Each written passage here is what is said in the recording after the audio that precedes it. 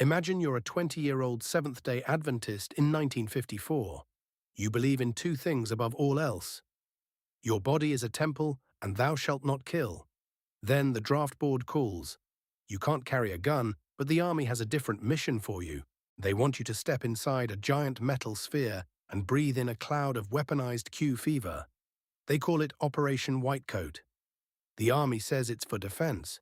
Your church leaders say it's a holy duty. But was it a sacrifice for God?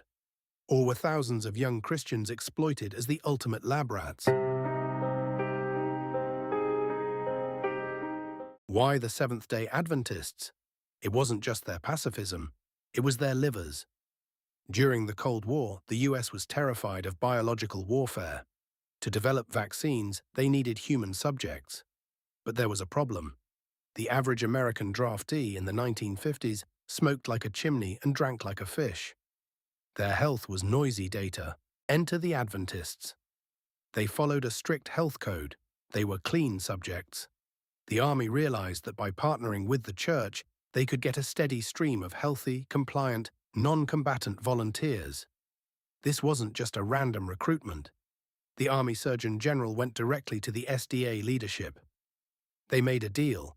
The church would promote the program as a way to serve without picking up a rifle. But here's the rub.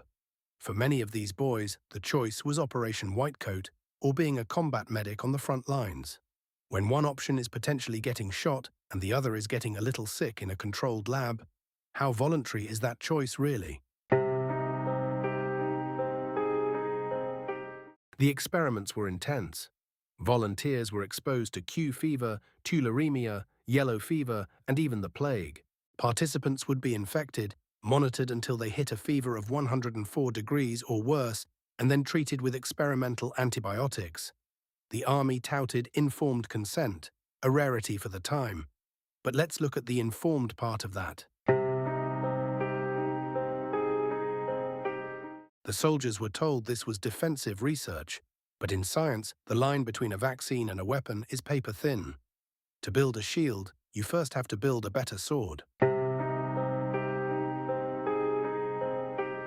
The church leadership didn't just allow it, they praised it.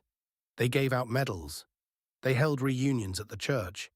If your pastor tells you that being a human guinea pig is God's work, saying no feels like a sin. To be fair, no one died during the 19-year program. The research did lead to vaccines for yellow fever and hepatitis. Many Whitecoat veterans today are fiercely proud. They call themselves conscientious cooperators. But the exploitation isn't about the body count. It's about the power dynamic. The army exploited a religious loophole to bypass the ethical hurdles of human testing. They used the church's authority to manufacture consent. And then there's the aftermath. While the army claimed there were no long-term effects, they didn't exactly go out of their way to track these men. Only about 25% of the volunteers were ever surveyed.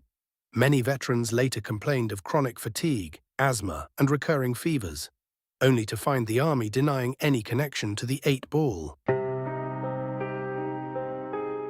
Operation Whitecoat is often held up as a model of ethical military research because no one was forced. But looking back, it feels more like a masterclass in psychological leverage. By framing biological experimentation as a religious sacrifice, the government and the church leadership turned a group of pacifists into the front line of a secret war.